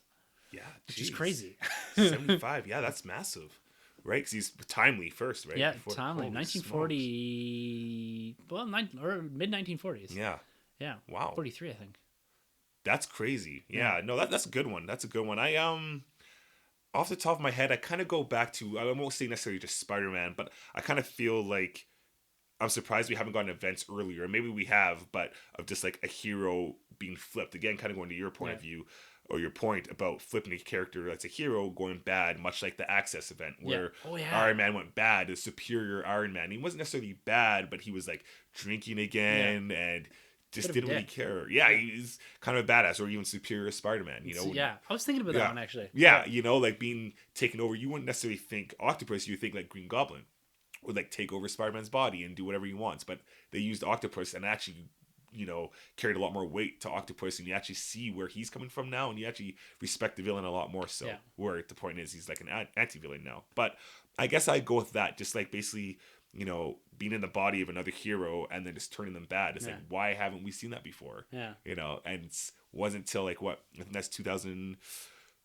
14, 13. Yeah. I think when we got the Superior Iron Man, I think Axis was 14. Yeah, and in the past when they've done stuff like that, they're revealed to be clones or something exactly. like that, right? Yeah. It's always the clones, Yeah. Or someone disguised as them, whatever. Yeah. I like that. They're squirrels. Yeah. What about the last part of this question? I'm going to take the first stab at this one. It's what was the last comic number one or trade volume that you put down, had to immediately pick up or put aside everything else and pick up the number two or the second trade volume?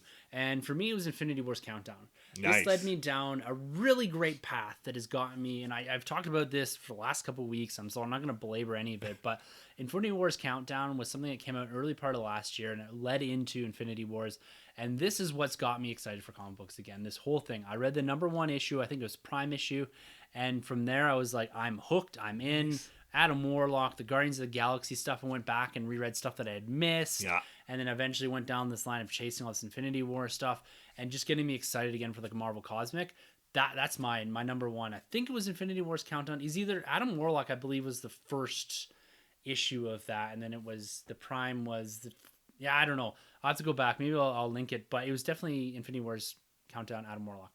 So that got me back into a big way into Marvel Cosmic. What about something recent for you? I gotta go with Vader. Yeah. Vader number one, volume 2, Charles Soule. I mean, come on, like you read that first issue and immediately like I need issue 2 right now. We had to wait like a couple of weeks, maybe even a month, but god damn, that was just fantastic. it was just crazy. That was something else. Because like I love Vader already as it is. I have that bias, but to actually be blown away by story, because the first volume of Vader, I can't remember who it was written by, and it was okay. Yeah. It was very basic Vader stuff, but nothing really inside. This here gave us so much more to the character. If you're not a Vader person, you read this comic, you're going to be fully invested. And I think the way issue 1 ends with Anakin, well, I guess Vader, was it issue 1 where he has the dream of like going another route? Yeah, it was in that first arc. Yeah, it's in that first arc at least, right? First 5 issues. Yeah, I think the first 6 issues are like magnificent. Next level. Like masterpieces. Like I almost want to buy it again just on trade, just to have it. Yeah, I hear it's crazy good. Oh, so good. Awesome stuff. Well, Grabs, I'm glad you were back on the podcast. Yeah, man. Great question. Lots of insight there. And let's keep it up, man. And like Troy said here, if you want to get in on some of these questions, the Twitter gang, #TwitterGang on Twitter, obviously. Always throwing out questions like this. We spend, throughout the week, we get 4 or 5 questions amongst the gang, depending on who's throwing stuff out. And sometimes it's GIF answers, sometimes it's written answers, whatever. It's a ton of fun. It's always. If you want to get involved in it's all these franchises, right? DC stuff, Marvel, whatever. People always singing great stuff. It's a great way to interact. It's growing. The crew's growing a little bit by day. So it's a lot of fun. So shout out to the whole Twitter gang, everyone out there. Yeah, it's a blast. Always, man. Can't wait to get back in conversation with you guys soon. Great. Yeah. All right, man. Let's cap this episode off with something special here. Avengers Endgame. A couple weeks ago, you and I nominated this as our most anticipated film of 2019. Head and shoulders are really, at least for me, above anything else, including Star Wars Episode 9. Mm-hmm. You have it in 2019's box office fantasy pool, being the number one pick and the overall champion from 2018. Hey, cheers. Yes. So this film is going to do big business. This is a film that is going to cap off 10 years of commitment to storytelling from Marvel side, from fandom, engagement in this, and doing our retrospective series. And I was talking to my wife about this whole film series, and I said to her, this film is probably the most excited I've been in a long, long time for a release. I'm excited for everything. This is taking next level. And she said to me, more excited than you were for the return of Star Wars. So The Force Awakens. And I said, hey, that's tough. This definitely is up there with that. It's hard to gauge. I've invested, like I said, 10 years into this, countless hours here on the podcast. But holy man, these teaser trailers, not only does it add to the massive amount of anticipation we have for just ending and coming off the back end of Infinity War, but they're giving us a great look into this without telling us anything. Mm-hmm. And they've promised this with these teasers. And that's all this is, this 30-second spot from the Super Bowl. It's a 30-second teaser trailer. Yeah, $5 million. Yeah. And to me, it's worth it. It's worth it all. So what we're going to do here, the spoilers for Avengers Endgame. For those that aren't watching these, for those that have no interest in kind of learning about this, want to go in fresh, take a pause here, maybe come back in the future or whatever. But we're going to break this down and speculate a little bit here. Now, just to caveat all this, and before we get into the Endgame thing here, there's a Captain Marvel trailer. Yes. I did not watch it. Okay. I'm done watching Captain Marvel trailers. I feel I'm at my limit. I feel that we're at a point now where they're going to start spoiling things for me. Right. And so I'm done. Cool. So that's why we've chosen not to talk about this, that trailer here. I'm going to put all our effort here into Avengers Endgame. Yeah, man. All right, so we're just going to walk through this kind of in a similar fashion that we've done in the past. It's only 30 seconds, so it shouldn't take us too long here. But it kicks off with a very interesting clip montage of all of our fallen heroes. Yes. And very specifically with red hues. Yeah. The colors, I love it. You know, we've got the Wasp in here, Black Panther. My boy Spidey. Spidey, Doc Strange, all this. All with little hints of red attributed to that. And then we get this beautiful swipe away, the snap away of the Marvel Studios 10-year anniversary logo. Yeah. I love that marketing with the snap going on. It's so good. Yeah. We've got our first real look in this trailer too, in this teaser, of what the world looks like post the snappocalypse, post the snapping, whatever you want to call it. And this really gives us our first clue that this film is going to pick up, I think, quite a while after Infinity War. What's your take on that? When we're looking here at what appears to be the New York skyline, very densely fogged, we got the Statue of Liberty here, we got an empty stadium. Yeah. You know, you even look at the stadium itself, it's empty, and there's cars all around it.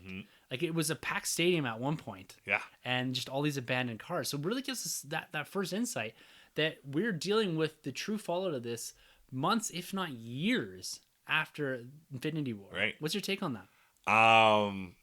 I love this, man. I think we're months out. I think we're months out from the snap. And, you know, when we first saw the first initial trailer or tease, we assumed that it was, like, you know, immediately after the snap. Yeah. But we all kind of thought this is going to definitely have a time jump, like at least a month or two, maybe even a year. So I think this teaser kind of does that and solidifies that we are going to have, you know, a gap. Yeah. It's Cap's face here. Cap's face pops up here pretty soon. Yeah, right after here, we go into what appears to be a support group. Yes. So we see a poster on the wall that says, "Where do we go now that they're gone?" So enough time has passed that they've got posters and support groups for those that remain after the snapping. And Cap's face, you know, it looks like Cap is participating in this support group. Yeah. In a similar fashion to soldiers coming back from war. Right, well, with Falcon from Winter Soldier. Exactly. That's his place. Exactly. Great pull. Yeah. And this is when we watched this trailer before we kicked this off. Yeah. This was your big moment. I love it. That's my Monday face. Yeah. You know, like he ain't having anything to do with it. What gets me though here is because he clearly looks like he's frustrated. Yes. We've already mentioned there must be a time gap. So what have they been doing this whole time? Exactly. Like, how come they haven't, like, kicked into high gear? Like, you know, and I feel like maybe it's all on Tony. They're waiting on Tony. They're not necessarily waiting on Tony because they think he's gone, but it's not till Tony probably gets back to Earth where they're like, okay, let's do this, because him and Nebula are clearly still in space. Who knows what it is, but it feels like the humans, the heroes on Earth, are kind of just doing whatever it is they're doing without actually putting up the fight, because they've lost, they've been defeated. Exactly. And that's what you see in Cap's face here: frustration, defeat. And there's a scene later on where you see Black Widow. She's got her hair wrapped up and she's shooting at targets. To me, the first part of this is telling us that they don't know what to do. Right. That all options have been spent. And it's not until Scott Lang arrives later on, as we've seen from the first clip, that hope is reinstilled in the Avengers. Widow shooting and Cap being part of the support group, they're passing time. Yeah. To me. So, yeah, okay, that's a good point, because for me, at least, when I first saw the initial teaser, the first one, when we see Scott Lang hop out of the quantum realm, I'm just thinking, okay, this is like a week or two later, and he's like, hey, I'm here. But maybe he doesn't get out of the quantum realm for quite some time. I'm thinking this has got to be, at least to me, 6 months to a year. Yeah. And I'm leaning more towards the year after the snap. He's clean shaved, Cap. His skin looks pretty good underneath that beard. Yeah. Man. Yes. Okay, I like that pull. Oh man, you're right, Chris. This is the thing too. We discussed this before about this feels like Cap's film. Oh yeah. The first teaser pointed at that, and this one does it even more. Mm-hmm. This is Captain America's film. This is the end to his arc. You know, I've spoken in detail about the Russo brothers owning Captain America's arc. Stephen McFeely and Christopher Marcus, the writers, they have been with Chris Evans and this character from the inception of the MCU. Yeah. This is filling out his arc. This, to me, is screaming Captain America film. Oh, yeah. Him dealing with the fallout, getting some sort of resolution from it. Well, this could be the best 6-story arc or double trilogy ever going down. Because you could say, you know, obviously Captain America, Steve Rogers has his first trilogy, which was fantastic. I love it. Every movie's solid. Yeah. And then you could say Avengers as well is also his trilogy in a sense. So this is crazy that he could have 6 films here and they're just all incredible. Yeah. I like Age of Ultron. I like the first Avenger. Yeah. I think they're all great. They're all so good. But yeah, I'm with you, man. I think I texted you right when I saw this teaser. I'm like, this is Cap's film. Exactly what you texted me. Yeah. Now, one interesting clip, and the only clip we get of Tony Stark. Now, the way that they marketed these, you know, the first trailer, it seemed like it was Cap's, but the kind of the overtone and the narration of the trailer was Tony Stark in the first one. This one, it's Cap speaking over top of it, right? Right. We've got his big sort of words that we'll talk about a little later. And we get one quick clip of Tony here. And he's working. He's at it with Nebula here. What do you think they're working on here? And where do you think this takes place relative to his opening narration in the first trailer? Him kind of almost saying, we're done. Yeah. Like, where does this take place? Does he get up after that and say, I'm going to get to work? Or is this before he's kind of like, well, we're kind of up shit screen This is before. I think him and Nebula is like pretty much right after Infinity War, and he fails. Yeah. And then he's like, all right, Pepper, I'm talking to you. If you hear this, yada, yada, yada. You know, I think what we saw is in reverse. So the first teaser is actually after the second teaser in the sense of Tony. I agree. Yeah. Yeah, I fully agree. But I love it, though. I love seeing Tony because, you know, he's in the same kind of getup as he was in the first Iron Man film. Yep. You know, working hard on that new armor. Or existing armor, I guess, in this case. Oh. So much to take in. And this is great because it's just little things they're giving us here. But there's so much that you can digest. That's the thing. And I think that's what's important about this is that there's a lot to talk about. Yeah. But I think, like Feige had mentioned, we're only seeing the first part of the film. It's about, and what we said before any of these trailers came out, we said they just have to show how the Avengers are dealing with and not how they deal with. Yes. Yeah. Right? Not how they get to the end, but how they're dealing with the fallout from Infinity War. Yeah. And we really seemingly get that. Mm-hmm. Like, it's pretty cool. Now, there's a scene here outside of the upstate New York Avengers facility where you've got Rhodey, Bruce Banner, Captain America, and Widow outside looking up. Right. Who are they looking at? What are they looking at, do you think? There's a couple options here. Yeah, I mean, the one option could be Captain Marvel. Yep. Which is really, really cool. I would actually love that. They've got a huge... Look, there's a look of awe here. Of awe. Yeah. Or Tony. Yeah. Tony and Nebula are back. Well, Nebula's never been there, but Tony's back. And they're blown away because they think Tony's dead. They think he doesn't exist anymore. So that could be one option. That's about it. I mean, maybe a kicker would be Shuri because they think she's gone and she shows up with in some Wakandan ship or something. Exactly. Like that. But yeah, I'll take any options. Any options would be cool. But I think Captain Marvel will be huge coming off of Captain Marvel the movie. But Tony would just have a little bit more impact, at least for everyone that's been along the ride since the 10 years of this franchise. The thing that intrigues me about this part of it is they're all looking up and they're not geared up. So to me, that speaks to some sort of friendly, right? They're not out with a shield. She doesn't have her gun drawn. Mm-hmm. Banner's not Hulk. Rhodey's not in the War Machine. Right. So it's saying, all right, there's a friendly here of some sort that's coming down. I want to say Captain Marvel. Yeah.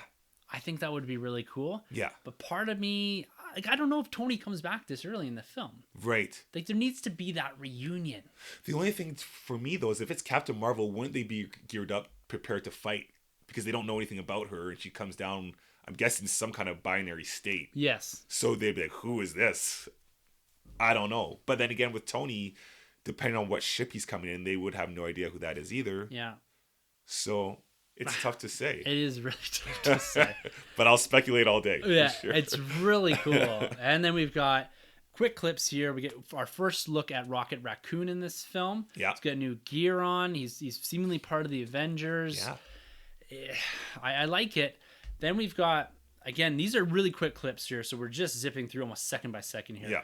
We've got Ant-Man and War Machine gearing up. Both of them, when I had a couple quick looks at this, they look like they're getting ready to fight something. Oh, okay. In their gear. You know, they're not in this rumored quantum gear, but it's cool to see them side by side. We've got Scott Lang, who's, you know, been invited into Avengers Mansion. Finally. So it's really cool. That one's a tough one for me. Yeah. Because I don't know what's going on there. Like, who could be in the Avengers facility that's causing them to gear up inside? You know, what are they doing? Where are they going? Is this maybe before they march out in that line that we see them later on in the trailer as well? Right. Yeah, interesting. That is. Now Thor, we have seen very little of. For someone that took a prominent place in Infinity War, and has probably put most of the blame on himself for the results of that. We've seen very little of him in these two trailers, and we just get two quick clips of him here. Now, the interesting bit about Thor's presence in this is that he's standing at this point with his cape on, with his new hammer. It looks like he's in either Wakanda or Thanos' cottage or farmhouse. Oh. The way you look at it. So when Thanos at the end of Infinity War, he walks up and he sits down, takes a deep breath, right? And looks over and watches the sunset or whatever it is, sunrise. Thor looks like he's in a very similar place that Thanos was. Oh. Like, has he chased down Thanos to this and missed him by 6 months, a year, whatever, right? Is he doing a little of self-reflection, self-investigation on this? And he's gone through and found maybe Thanos' armor to a degree. Because some of the rumors were Thanos stuck around in Wakanda. And it was paralleling that scene from the end of Black Panther about seeing the sun set in Wakanda, the most beautiful sunset. Yeah. Or is it sunrise? One or the other. Right. Where Killmonger dies, right? Right. And that was his father saying that. And so the idea that Thanos says in Infinity War that, you know, what are you going to do when you're done? I'm going to sit and watch the sunrise. Yes. So it's kind of a cool parallel that maybe he's stuck around in Wakanda. Maybe. Yeah. Holy. Whew. Yeah. Disrespect. Yeah. Yeah, you know, it'll be cool too to see because I'm guessing obviously Asgard's gone, obviously, right? And from the first clip that we saw, the teaser, we saw Thor very humanized, wearing human clothing. So he must have had some time on Earth. I don't feel like he's left Earth. I feel like he's probably... So either. He has nowhere to go, right? Nowhere His to home go. is Earth. Exactly. Now. Yeah. Jane Foster's probably been snapped. Yeah, they broke up. Now, one of my favorite scenes in this teaser trailer is the Captain America holding the shield. Yes. So that's an interesting revelation here. So there's a few things. He's got his shield back. Yeah. From somewhere. I don't know if Tony had it stored in the Avengers facility or where he had it post-Civil War. But he goes to strap it up, but he's shaking. Profusely shaking. And people are calling this the last stand of Captain America. Well, what point in the film is this?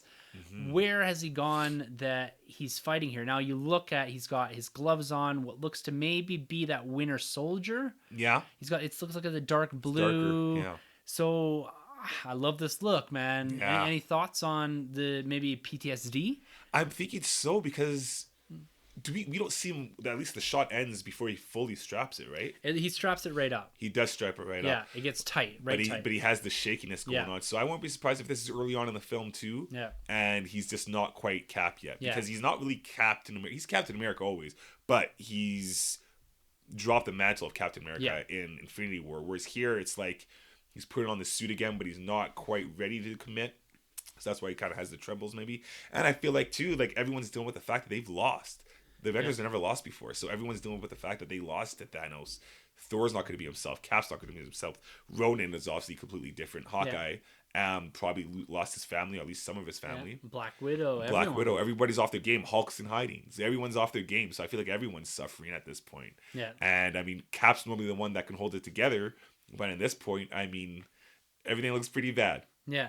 You know, I like this because to me this points at some form of PTSD from Captain America. You always see him in every single Avengers film, in every single film that he's in. Yeah. He comes out on the strong side of it. Yeah, he's the Rock. Yeah, exactly. We don't trade lines. Yeah. He's got all these lines that he exudes this idea of confidence and doing the right thing, fighting the right fight. Right. Do it all day. Exactly. Yeah. Exactly. Yeah.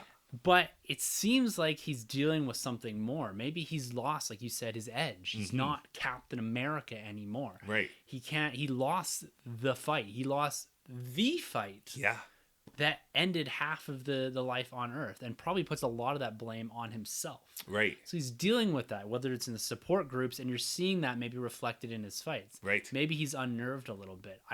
This again speaks to the idea that it's going to be following and through the perspective of the failure of, or the perceived failure of Captain America through his own eyes. Yes.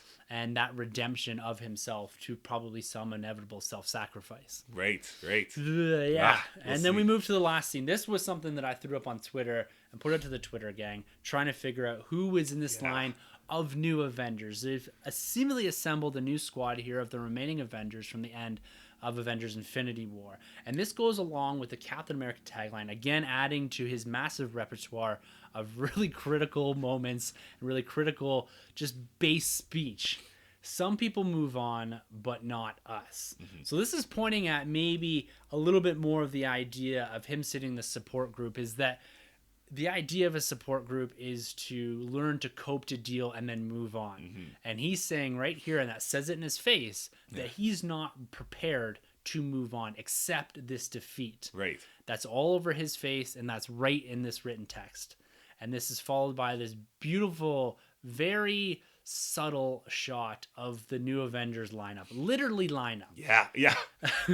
And we had a look at this and a bit of debate over Twitter on this as to who was in line here. I think it's quite obvious that it's led by Captain America, followed by Capeless Thor.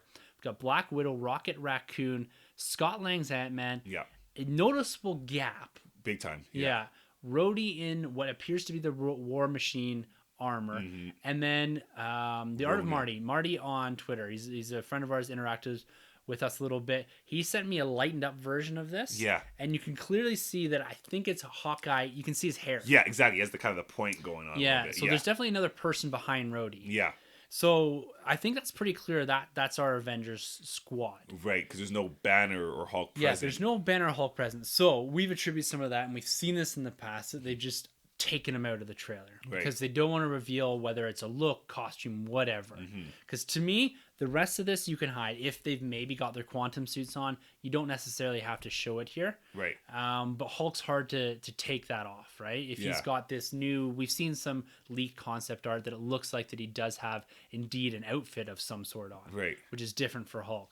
And then there's this obvious gap here. I don't know if Hawkeye's going to run into the middle of it, or are we missing someone here? Because we've seen, we look back at Civil War. Yeah. This is something we talked about on Twitter, is that lineup, that initial trailer that had the lineup at the airport. They had plucked out Spider-Man as well as Ant-Man in the first couple of trailers. I think they've done something similar here. There seems to be a big enough gap for a human-sized figure to step into. For sure. Any thoughts? Is it just Banner we're missing? Is it Captain Marvel? Well, yes, those are the two. Those are the big two. Captain Marvel, again, could be Shuri, or it's Hulk. My money would be on Hulk. Yeah, it's a relatively small space, but Or Banner, sorry. When Valkyrie, I say Hulk, maybe? I mean Banner. That'd be pretty cool. Yeah. Shoot, I'm sleeping on that one. Yeah, that's pretty cool. Yeah. There's endless possibilities here, but Marvel has been known to use editing tricks in their trailers. For sure. And even use shots. Some of these shots might not even be in That's true. the film. Well, Hulk and Wakanda, right? We got the Hulkbuster instead. Yeah. So very well could happen. And the whole running scene at the end wasn't even in the film. There. Yeah. So I think this, for the most part, most of these scenes, and probably this one is in the film, but this one might not even be in the film. Yeah. It's a nice way to end a trailer. It seems odd that they'd be all lining up like this. They're definitely marching towards something. But yeah, man, like overall thoughts on this. I love this. I absolutely love this trailer, this teaser. Again, I have to be honest here. For me, it works 100%. Yeah. My only concern is this too inside baseball, because for the general audience, does this hit them the same way? Because you and me, we're going to watch this movie over and over again. And I hope everybody in the world watches this movie over and over again. I got a lot writing on this. But I mean, for people at the Super Bowl or just watching the Super Bowl, when they see this, are they like, boom, I'm in? Or are they just kind of like, oh, okay, because it's not flashy. It's not like Infinity Wars. You know, Infinity Wars was really in your face. Captain Marvel's even the same way, right? Yeah, all that kind of stuff. I do believe, though, I mean, we have Captain Marvel coming up soon. I feel like we're gonna get one more trailer from from Endgame, and that's gonna be the trailer more that everybody's kind of geared towards. For me, though, I love this teaser. I didn't think it'd get better than the first one. I don't know which one I like more right now. I love them both.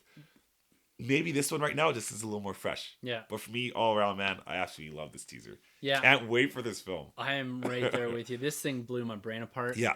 I love the way they're approaching this. You know, I said on Twitter as soon as this came out, I said, the Endgame trailers are changing the trailer game.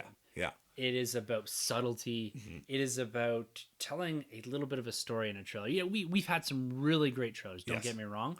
But this, to me, I don't know if it's on a pure emotional level or what it is, but it's hitting me harder than anything. You're right. It's not flashy. There's barely any. We haven't seen any action. No fight. No. You know, the closest thing we've gotten to action is Captain America strapping up his shield. Yeah. And for a big budget comic book film to have zero action in it, really, this, again, it comes down to all they're showing us is the fallout from Infinity War. And I think as far as the wider audience goes, do they need a bombastic trailer? I don't know. Who didn't see Infinity War and who doesn't want to see the end of that Exactly. arc?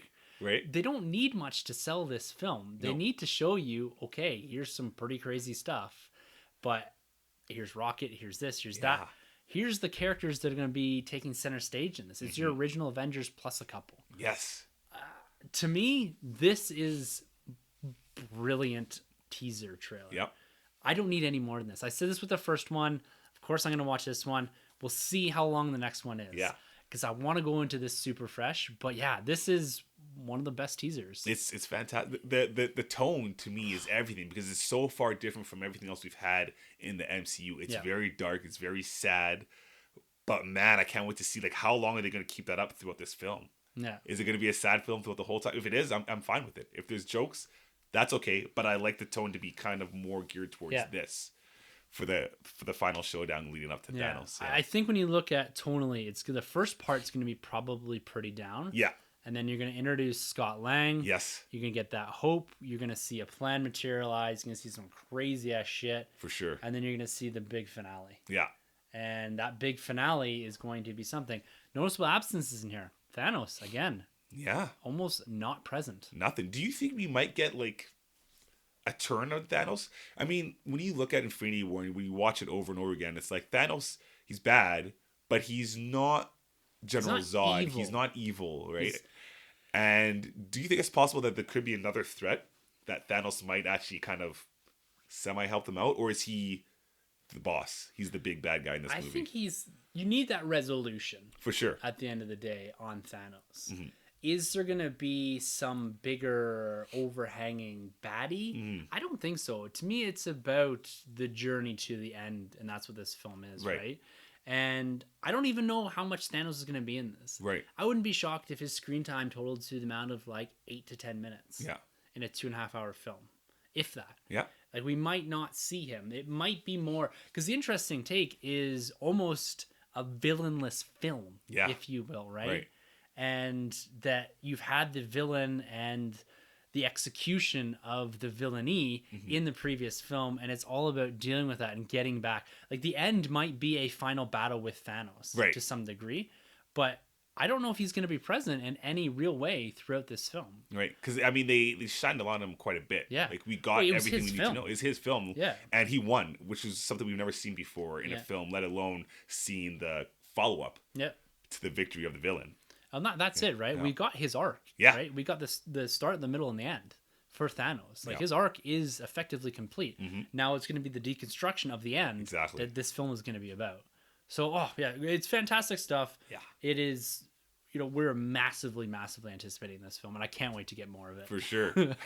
It's awesome. All right, guys, if you have any thoughts, opinions, or whatever, and you'd like to express them with us, whether it's on the Batman, whether it's on Avengers Endgame, or whatever, Star Wars books, you can always email us at thenerdrm@gmail.com. You can always hit us up on Twitter. Our handles at the end of the episode. Please, please, please jump into the Twitter gang if you want to be part of the discussion here around the Nerd Room. It's a great community, of a growing community too, of people that are like-minded, want to celebrate these franchises, discuss, debate, whatever. Your opinions matter there. They will not be taken apart, picked apart. It's cool. You know, we all have different likes, opinions. It's subjective. It's just a love for franchises that we encourage here, and that's what we get out of the Twitter gang. So jump into that. And, you know, man, with that being said, we covered a lot here, just the two of us. It was an absolute blast. Again, I have to give a big shout out to our boy Sanjay. Congratulations there for your brand new addition to your family. We're super excited to meet her. Hopefully this weekend, maybe we'll end up back up there meeting her. We'll bring the mics up. We'll record a little bit with an exhausted face, and we'll see how crazy you get on the mic. I'm Sanjay. Yeah. Gotta get that. Before we sign off here, like we always do here at the end, we got to give a big shout out to our man Rob Wade for endorsing this podcast as part of the Emotionally 14 endorsement program. You can check out everything that Rob Wade does, including the other Emotionally 14 endorsed podcasts over at emotionally14.com. And like we like to do, another big shout out to Star Wars Commonwealth as the network. We are part of the podcast network, and all the shows there, they're doing a great job. Even in the absence of major Star Wars news, they're still pumping out the Star Wars content like none others. These guys are absolutely brilliant podcasters. Make sure to head over to StarWarsCommonwealth.com to check out all of the podcasts in the Star Wars Commonwealth Podcast Network. I don't know, man. Mouthful. Yes, it was. Good job. Yeah. With all that being said, until next week, for the Nerd Room, I'm Tim. I'm Troy. And I almost said, and I'm Sanjay. And thank you for entering the Nerd Room. This has been a Nerd Room podcast production. You can find our hosts Tim, Troy, and Sanjay on Twitter at TheNerdRM, TroyTheBoy87, and Sunjabby. For more content from the Nerd Room, check out thenerdroom.net, and don't forget to subscribe to the Nerd Room on iTunes, Podbean, Spotify, or wherever you plug in. Be sure to head over to StarWarsCommonwealth.com to find more podcasts from the Star Wars Commonwealth Podcast Network, including Talk Star Wars, Tumbling Saber, Generation X-Wing, Road Squadron Podcast, San Diego Saber's Radio Podcast, Tatooine Suns, Retro Inc., and the Sandcrawler Podcast. Follow the Star Wars Commonwealth on Twitter at SW Commonwealth and take your first steps into a larger world.